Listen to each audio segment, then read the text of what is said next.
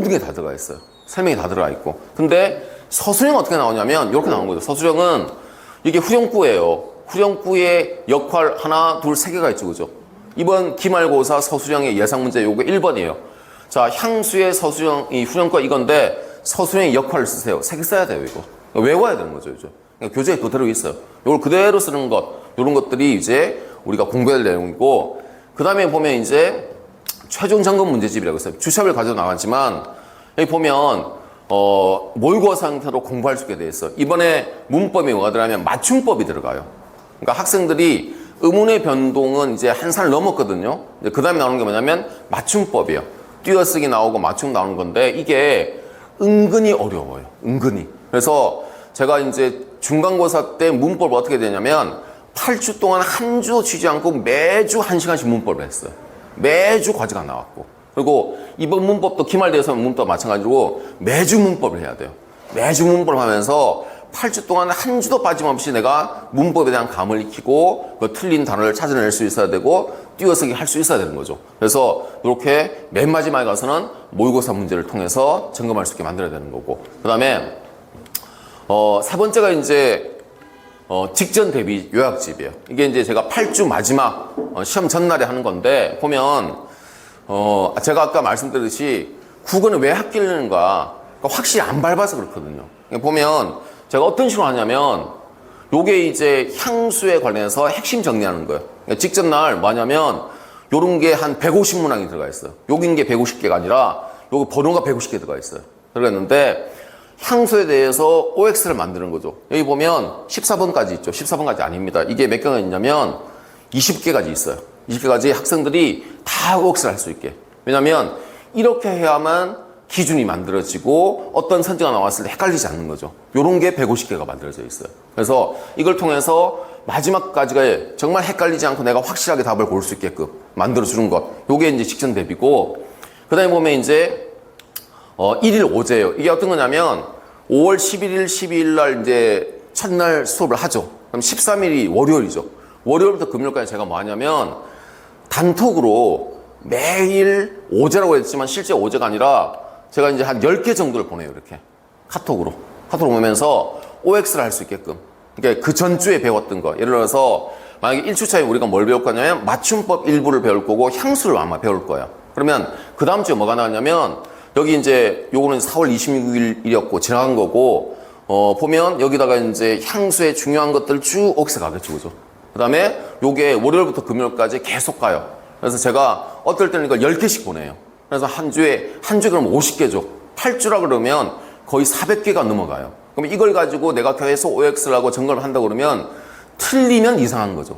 틀리면 이상한 거. 그리고 요게 이제 직전 전날 중간고사 마지막에 보낸 거예요. 이런 거 제가 이제 30개를 보냈어요. 30개를. 보면 여기 나왔듯이 의문의 변동에 대해서 쭉 나오는 것들. 그 다음에 6번 같은 거. 탈락해서 여기 있는 문장에 탈락된 개수가 몇 개냐를 찰 수 있는 거. 고난도 문제까지 다 보낸 거죠. 그러니까 이런 것들이 축적돼야 되는 거죠. 8주 동안. 매일매일 국어를 잊지 않게.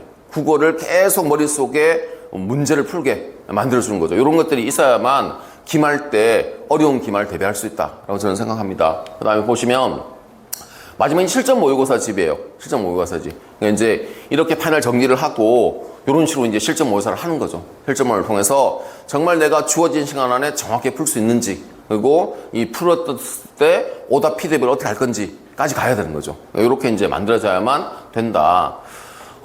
여기 나와 있듯이 어렵진 않았습니다. 근데 1등은 경쟁이 일반고에 비해서 훨씬 치열합니다. 훨씬 치열하고, 그리고 뭐 서술형에서 감점이 있으면 바로 등급이 이제 떨어질 수 있는 거기 때문에 여기 나왔듯이 지문에 대해서 철저한 분석과 선지 해석력을 길러야 된다. 이거는 제가 말씀드렸듯이 계속 피드백을 하는 거예요. 계속 피드백. 그래서 1일 5지를 통해서 하든 아니고 과제 테스트를 통해서 하든, 그리고 매주 수업 끝나고 하는 테스트를 하든 계속 피드백을 해야 돼요. 그 다음에 서술형에 대해서 아까 말씀드렸죠. 서술형은 이미 직전 예비, 직전 요약집에 다 들어가 있어요.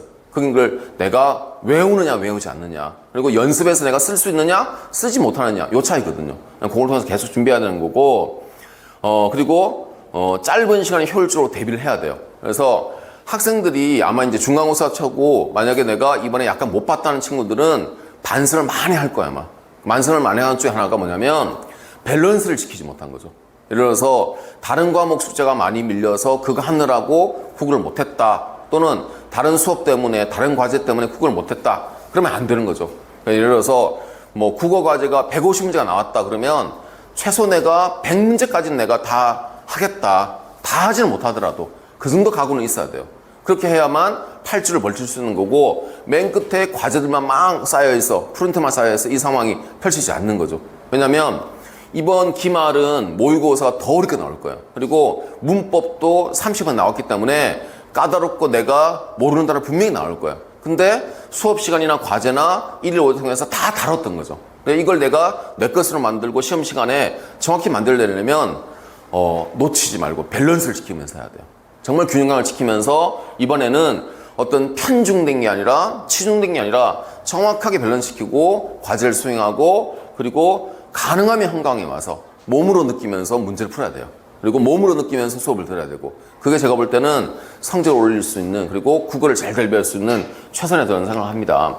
여기 보듯이 수업은 학생들의 제재의 특성을 정확히 이해시키고 출제 지점이라는 게 있어요. 출제 지점을 정확하게 이해를 하고 그 다음에 더 중요한 것은 국의 출제 원리예요. 모의고사 같은 거는 어디에서도 다루지 않았던 지문들이거든요. 그래서 거기에 시가 나오고 소설이 나오고 비문이 나오기 때문에 이게 어떻게 출제될지 알아야 되는 거고 원리를 알아야 되고 선지를 내가 구분할 수 있어야 돼요. 요 수업들이 진행돼야 되는 거고 그 다음에 과제 8주 동안 제가 이제 보니까 매주 과제가 150문 정도에 최소 나가요. 그러면 이게 1000문제가 넘는 거죠. 그죠? 그러면 그걸 내가 꼼꼼히 풀고 그리고 고급 문제만 풀려요. 안 풀어도 되는 문제는 안 풀리는 거죠. 그걸 정확히 풀어야 되는 거고 그 다음에 매시간 테스트를 봐요. 테스트 통해서 과연 내가 틀린 게 뭐고 맞춘 게 뭐고 그리고 찍은 게 뭐고 그리고 어떻게 또 두 개 중에 내가 고를 것인가를 이 연습을 꾸준하게 해야 돼요. 꾸준하게. 여기 나왔듯이 공부는 경험이 아니라 기억입니다. 기억. 그러니까 그냥 내가 이거 풀어봤어. 내가 이거 공부해봤어. 내가 수업 들어봤어. 이건 하등 의미가 없어요. 공부를 했다는 것은 기억이 정확해야 돼요. 공부는 내가 이걸 단순히 겪었다는 게 아니라 정확하게 포인트를 기억하고 그리고 이걸 내가 문제에서 풀 수 있어야 되는 거죠. 그래야만 국어는 잘 나옵니다. 그 다음 또 하나는 국어는 본능과의 싸움이에요. 이게 무슨 말이냐면 학생들이 오답하는 거 보면 왠지 이 선지가 더 끌리는 게 있어요. 근데 이제 이게 왜 나중에 보면 틀리냐면 제가 그 직전 요약집을 OX 문제나 단답형으로만 하는 이유가 있어요. 왜 그러냐면 내가 좋아하는 문제, 내가 좋아하는 선지가 아니라 정확하게 국어는 객관식이고 합리적이고 논리적인 추론에서 답을 찾아야 돼요. 그래서 내가 좋아하는 게 아니라 누구나 좋아할 수 있는 것, 누구나 보편타당한 그 문제를 골라야만 답이 될 수 있는 거죠. 그래서 국어는 본능과의 싸움이에요. 내 본능을 억누르고 가장 합리적이고 가장 보편적인 걸 찾아낼 수 있는 것, 그 능력을 길러야만 이번이 된다. 그리고 아마 이제 이번 중간고사 끝나고 나서 학생들이 뭐 잘 보는 학생들은 그대로 가면 되는 거죠.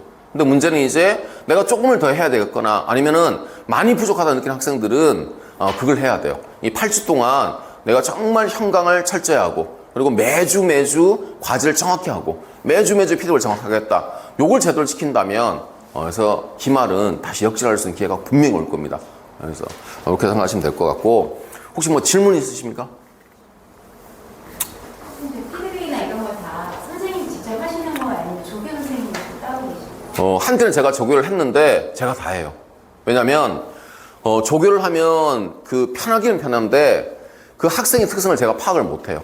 파악을 못하기 때문에 저는 웬만하면 이제 이번에 그 수업 듣는 학생들 이름 다 외워요. 왜냐면 학생들 과제를 제가 다 체크를 하고 그리고 뭐 질문이 있으면 그 질문을 제가 다 카톡으로 다 대답을 해줬기 때문에 학생들한테 1대1로 대학교 때문에 학생들은 아마 그 학생의 아까 얘기했듯이 이 본능과의 싸움을 제가 하는 이유는 뭐냐면 질문하는 걸 보면 이 아이가 어느 쪽에 편중됐는지를 파악할 수가 있어요.